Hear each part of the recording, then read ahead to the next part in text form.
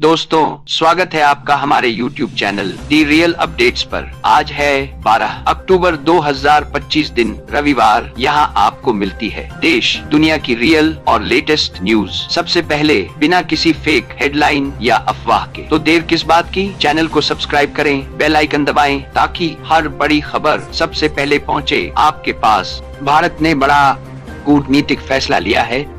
अफगानिस्तान में अब दोबारा भारतीय राजदूतावास खोला जाएगा और तालिबान सरकार से सीमित स्तर पर संपर्क बहाल किया जाएगा।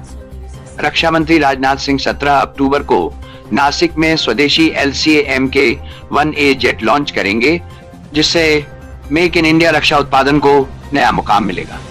भारत की जैव विविधता को बचाने के लिए JDSI और BSI ने मिलकर राष्ट्रीय रेड लिस्ट अभियान शुरू किया है, जिसमें 11,000 प्रजातियों का वैज्ञानिक मूल्यांकन किया जाएगा।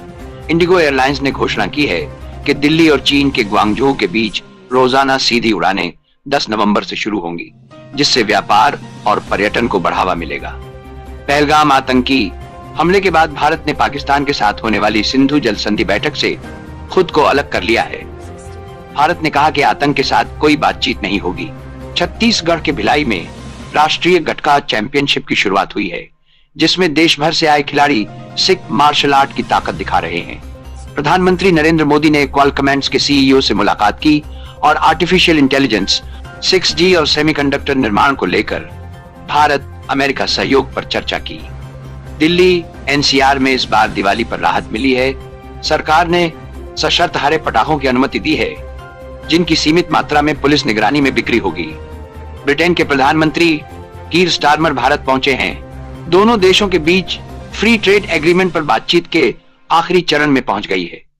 विश्व बैंक ने चेतावनी दी है कि अमेरिका के नए टैरिफ से भारत के निर्यात पर असर पड़ सकता है और दक्षिण एशिया की अर्थव्यवस्था पर दबाव बढ़ सकता है।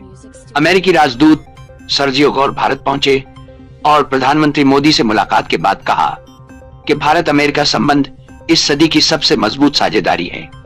गाजा में संघर्ष विराम की कोशिशें तेज हो गई हैं। मिस्र और कतर की मध्यस्थता में इजराइल और हमास के बीच नई बातचीत शुरू हुई है। चीन ने अंतरिक्ष में लॉन्ग मार्च 10 रॉकेट से एक सैटेलाइट सफलतापूर्वक लॉन्च कर निचली कक्षा में स्थापित किया है, जिससे उसकी अंतरिक्ष क्षमता और बढ़ी है। भारत समेत 9 देशों ने मिलकर दिल्ली डिक्लेरेशन ऑन 6G पर हस्ताक्षर किए हैं, ताकि 6G तकनीक को सुरक्षित और समावेशी बनाया जा सके। रिलायंस पावर के CFO अशोक पाल ने इस्तीफा दे दिया है और आर्थिक अनियमितताओं की जांच फिलहाल जारी है। UTI एसेट मैनेजमेंट ने सिल्वर ETF में नई निवेश बंद कर दी है। कंपनी ने निवेशकों की सुरक्षा को ध्यान में रखते हुए यह अस्थायी फैसला लिया है। मुंबई में ग्लोबल फिनेटेक फेस्ट 2025 संपन्न हुआ, जिसकी थीम रही AI और वित्तीय समावेशन। इसमें 60 देशों के 1500 प्रतिनिधियों ने हिस्सा लिया।